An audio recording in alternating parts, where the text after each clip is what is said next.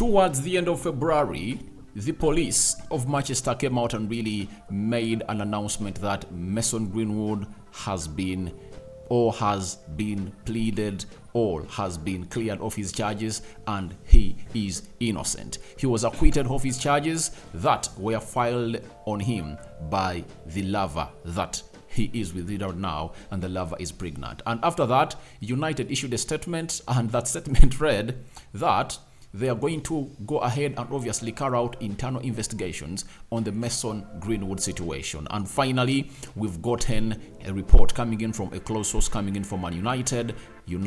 It's the Manchester Evening News that United are really edging closer to finalizing their internal investigations, and they are soon going to give their verdict onto Mason Greenwood. Welcome to United Matters channel. They've told us who are really responsible for really giving the final verdict and how they are going to come out with it. Smash the like button, comment and share. If at all you're watching us for the very first time, endeavor to subscribe to this channel so as not to miss out on stories that we do upload in here on a daily. It's the United Matters channel, strictly Manchester United matters that we really tackle here onto this beautiful channel. Don't forget to subscribe because we want to hit 13,000 subscribers and we are left with just little subscribers to hit that milestone. Jordan Sancho is another one into the news. His future is uncertain at Man United, and obviously David De Gea has gone ahead to really show Erik ten Hag that I'm really ready to stay here to really fight for my position amidst a very huge offer coming in from Saudi Arabia. I'm snubbing it and I'm here to really be part of your army to revolutionize United back to the glory days that you were. It's a decade now since we last won a Premier League or a Champions League. So it's really long since we last won those big trophies that really put you into that elite category of the big clubs into Europe. Now, let's go eyes. Start it off with the Mason Greenwood story. This is Tony Marshall. He works for the Evening News, and obviously he is one of the senior football writers. Has confirmed to us that Manchester United are edging closer to the end of their internal investigations into Mason Greenwood's conduct, and a decision over the forward's future could come in the next few weeks. Now, the investigations are coming to an end. I really know that there has been some activities going behind the doors between Mason Greenwood and Man United. One of the activities where Erik ten Hag got a phone and called Mason Greenwood. He talked to him because they needed to get him back to the perfect thinking, and obviously knowing that he's part of Man United. Then the club allowed his friends at Man United to visit him at his place and obviously talk to him. That is it. Thirdly, he came at Carrington and he started to take, it was not Carrington, but United gave him a chance to really visit the psychologist of the club to say to it that they get him back to his normal mind from the traumation has been really having for the previous close to 1 year. That is Mason Greenwood for you. And they had to really take him through some questions and obviously do the need. But most of the process was to rehabilitate him, to get him back to the levels he's supposed to be on, because United can get some good man out of Mason Mount. That's it. Even if he's left with 2 years on his contract with an optional year, those are like 3 years until 2025. Even if they loan him to like Juventus, he plays there for 1 season, he can go there, score goals, because for the talent, he's a generational talent. And for Mason Greenwood, you won't really rule him out when it comes to scoring goals. You really understand that he's going to come out and really put those balls at the back of the net every time he's being given a chance. You won't rule him out. If at all he goes through the Serie A and scores very many goals, then United can get close to £50 million out of the player. So they know that there is huge business in the player, but they're also having that sympathy of him being an academy breakout. Born and bred in Manchester, he came in the academy at Manchester United at the age of 6-7, and he has been one of the best players we've seen coming out of that academy before Garnacho came in through. That's it. So it shows you how they are really confused, but I think a decision is not far away from being made. Now, who are those ones responsible for making the decision? And I'm going to give you my reason as to why it might take long to really be made. Now, Tron Martial has told us that a final decision on what action to take against Mason Greenwood will be made by the Glazers in consultation with the CEO Richard Arnold. Now, this is where I really feel a little bit on the Mason Greenwood decision to be made early enough. It looks like it's going to log on not until the ownership circus is done at Man United. These people he's talking about, the Glazers and Richard Arnold, are so much into the discussions of who the next owner of the club is going to be. And concerning the ownership, I think that puts Mason Greenwood into a very minute issue as far as the issues of Man United are really concerned. Yes, we understand that after the new ownership is announced, then even Mason Greenwood's situation will be dealt with Man United, because Greenwood is demanding for a final decision from Man United. He's telling them, please, if you're setting me free, let me free and I go. If you're terminating my contract, terminate it. If you're retaining me back at Carrington, do that. If you're loaning me, tell me in time such that my agent finds me a club where I'm going to play. So he's also piling pressure onto the board of Man United, and the board looks like they are buying time to see to it that they really make a decision. But the decision makers are really going to find it hard to really make it as soon as possible before this takeover situation is really going to be addressed. And the coming out of Sheikh Jassim Al Thani and putting Friday as the deadline after submitting his fifth bid into the Glazers might really give us a little bit of breather to exactly know what the Glazers are really thinking about. I told you in the previous video that if the Glazers come out and don't make any announcement, that means they have already gone ahead to decide with Sir Jim Ratcliffe. If at all they make announcement on Friday with Rain Group, that will confirm to us that the Glazers are wanting Sheikh Jassim Al Thani to take over the club of Man United. So even Richard Arnold, who is the CEO of the club, is so much now into the transfer window. You know, it's on. Discussions are being made, you know, proposals are being passed over to him. He's talking to the Glazers. How much can we commission this deal to? So those two parties that are supposed to make a decision on the future of Mason Greenwood are really too busy. But no sooner the club takeover announcement is made than the Mason Greenwood verdict will be put out in days or a week to come. That's it, because there will be excitement in fans and they would like to go ahead and really put this out of the way to see to it that we clear what our signs are going to be. Why? If Greenwood is retained at Manchester United, the transfer strategy changes there and then. United won't be in need of two centre forwards. They'll be wanting only one, and the world class. Rasmus Højlund might not come to Man United, and they might go in for Victor Osimhen or Harry Kane and so on and so forth. Now,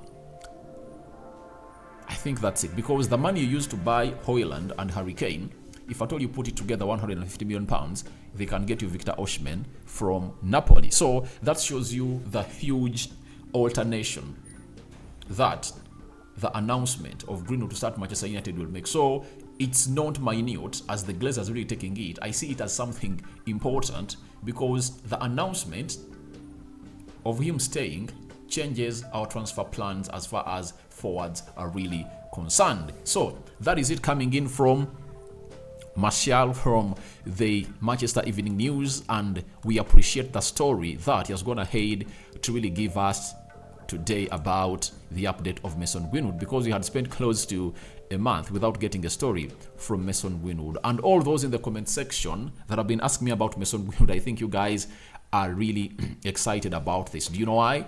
You guys have always asking me, what about Mason Greenwood? What about Mason Greenwood, right? The Greenwood story has been dropped in there for you from a very reliable source coming in from Manchester United. Now, let's go to Jadon Sancho. Team Talk has gone ahead and really thrown in a very huge drop as on Jadon Sancho that Jadon Sancho's future at Man United is not certain. Borussia Dortmund are genuine contender to resign Jadon Sancho and are leading the chase.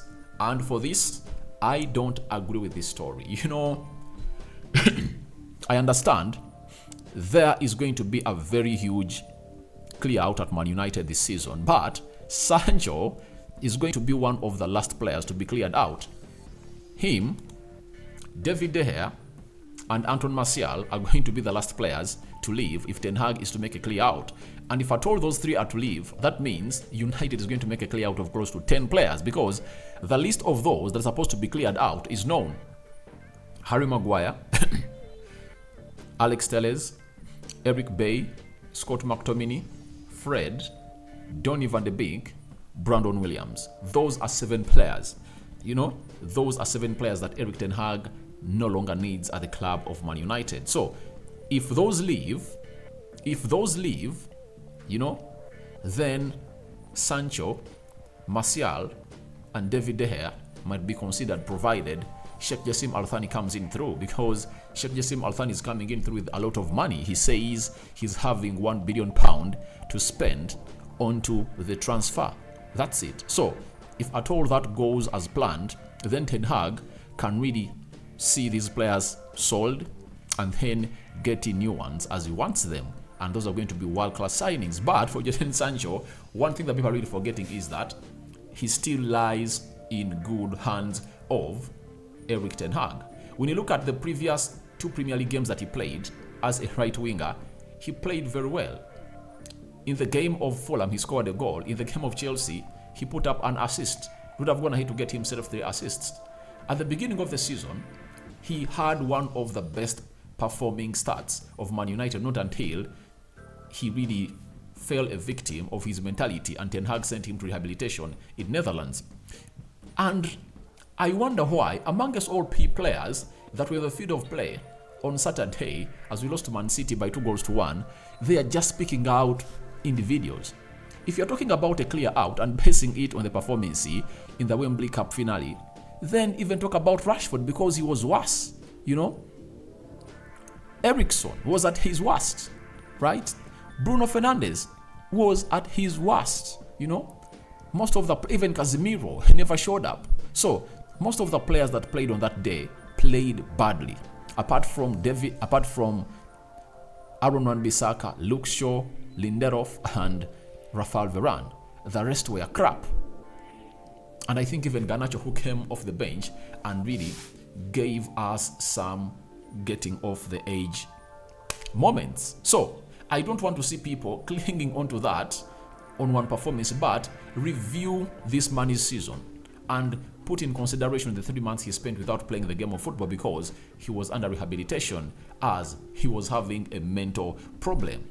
And they are not considering all this. Trust me, when he goes on the right side, he really produces brilliant moments, and on the left, he doesn't, as he is. But that shouldn't go to only Jadon Sancho. This team is lacking a style of play, is lacking a style of play. And the moment Ten Hag gets in the players once on time, goes to the preseason, builds up his philosophy, as we know that it's a tiki-taka, total football, and Sancho gets into that team, they are players that you're going to be shocked that we're going to be benched. If I'm not mistaken, I've always warned you about how Rashford is going to find himself hard times at Manchester United next season. If Garnacho elevates his level to where we know he's supposed to be playing at, Sancho does that, trust me, Ten Hag will be spoiled of choice, because if those players that will hit their potential, Rashford is nowhere near them. So those are things that I want to see this journalist putting up, and really putting up a very opinionated argument. But these one-sided arguments of Jadon Sancho, that's out. Sancho is going nowhere. He's at Man United, and I think Ten Hag sees him as a versatile player, because sometimes he even tried him as a central attacking midfielder in certain games. You evidence that. It shows you that the manager is still working a lot on Sancho. He sees him as a work in progress, and he's really going to be one of those players that are going to light up our season next. That is it.